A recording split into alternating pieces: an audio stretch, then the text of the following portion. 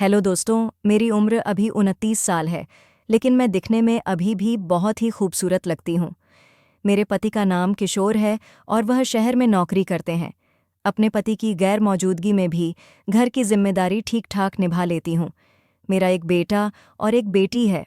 जिंदगी ने कब करवट ले ली, मुझको पता भी नहीं चला।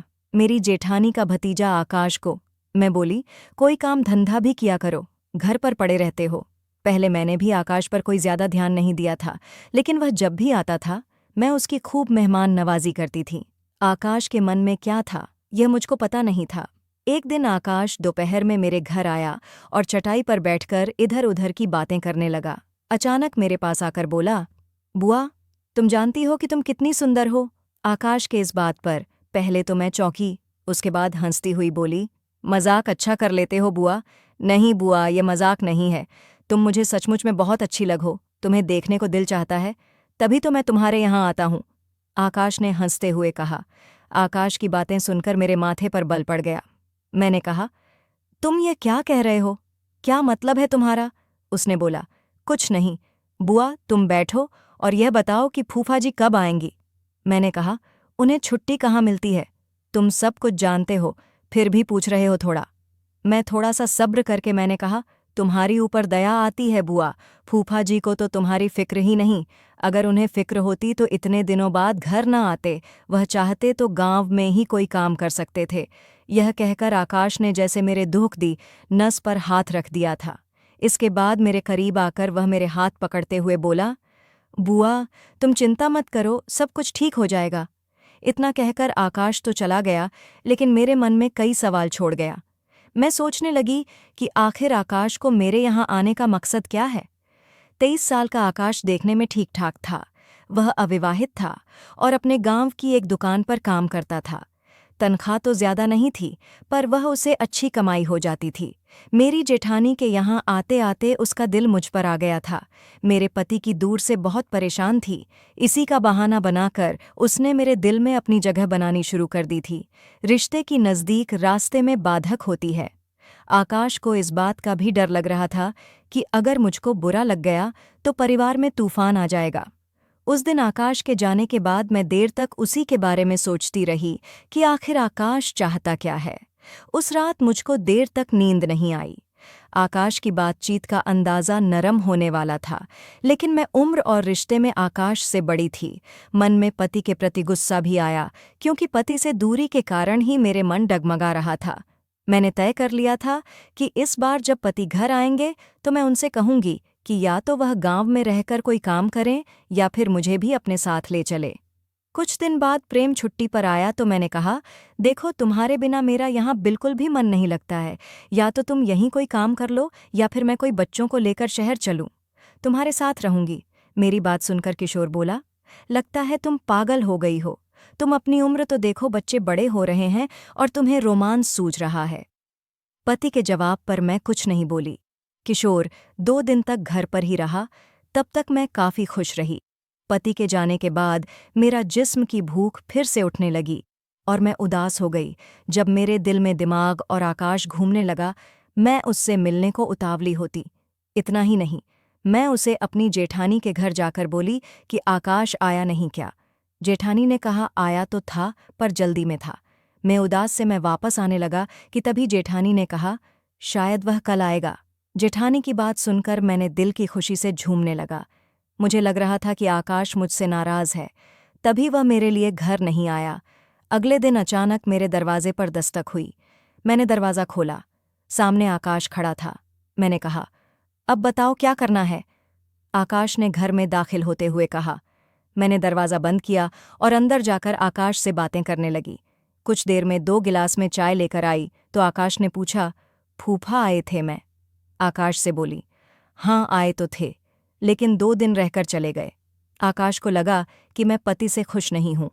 उसने मौके का फायदा उठाते हुए कहा, बुआ, मैं कुछ कहना चाहता हूं पर डर लगता है कि मैं कहीं तुम बुरा ना मान जाओ। मैंने कहा, तुम बताओ क्या बात है?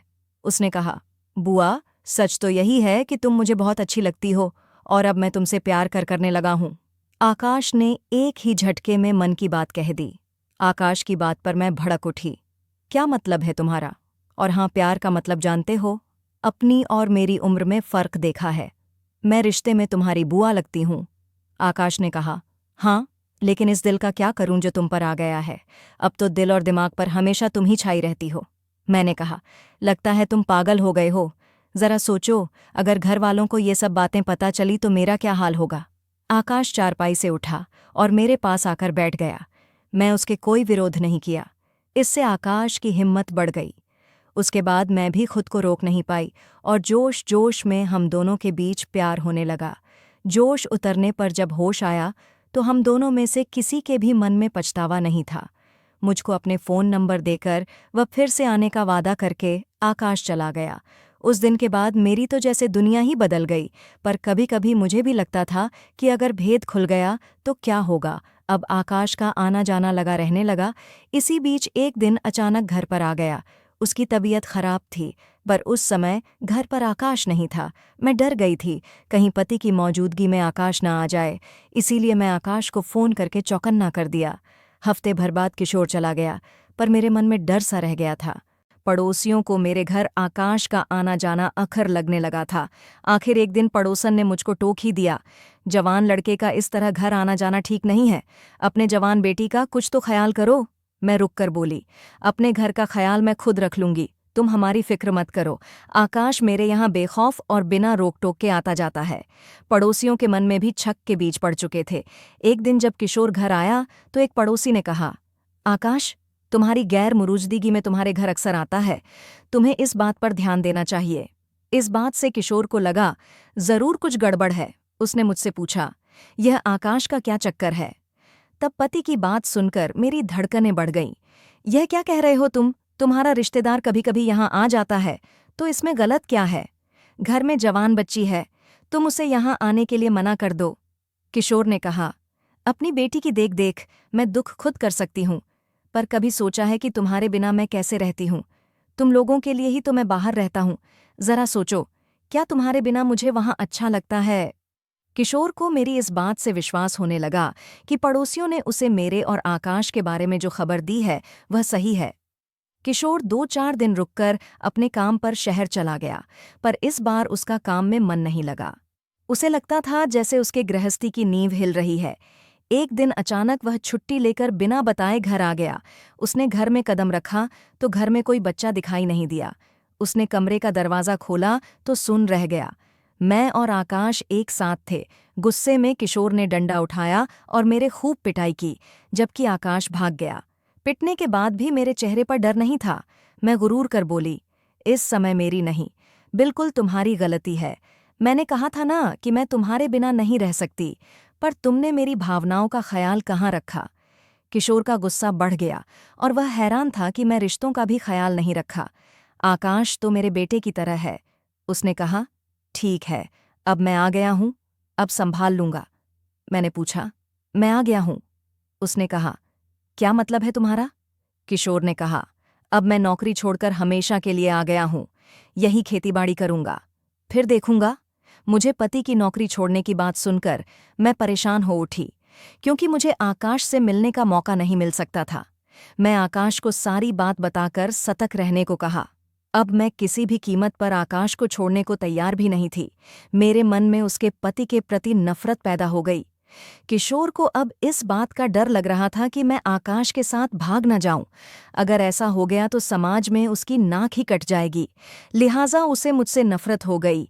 बेटी भी जवान थी, पर वह मेरी ही तरफ से बोलती थी। उसे इस बात का भी डर था, कहीं बेटा भी गुमराह न हो जाए। किशोर की चौकसी के बावजूद मैं आकाश का मौका पाकर घर से बाहर निकलने लगे। यह बात भी किशोर से ज्यादा दिनों तक छिपी नहीं रही। उसने मुझसे एक बार फिर समझाने की कोशिश की, पर मैं कुछ भी समझने को तैयार नहीं थी।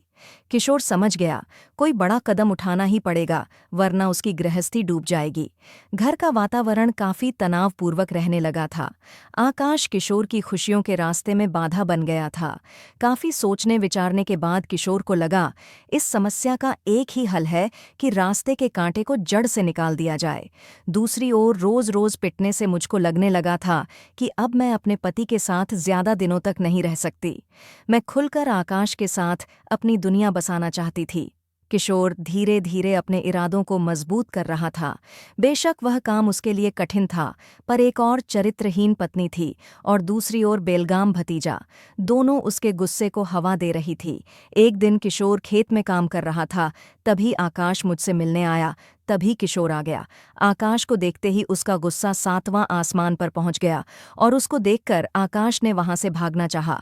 तभी किशोर ने हाथ में लिया फावड़ा उसके सिर पर दे मारा और एक ही बार में आकाश वहीं ढेर हो गया। यही देखकर मेरी तो चीखें निकल गई और पड़ोसन में हाहाकार मच गया। तभी किसी ने पुलिस को खबर कर दी। पुलिस ने मौके से ही किशोर को गिरफ्तार कर लिया। मैं वहीं बैठकर रोए जा रही थी। मेरी एक गलती की वजह से आज मेरा हंसता खेलता परिवार बिखर गया था। तो दोस्तों, वीडियो अच्छी लगी हो तो लाइक करें और कमेंट में बताएं आपकी क्या राय है, और हमारे चैनल छाया की वॉइस को सब्सक्राइब ज़रूर करें। मिलते अगले वीडियो में, तब तक के लिए धन्यवाद।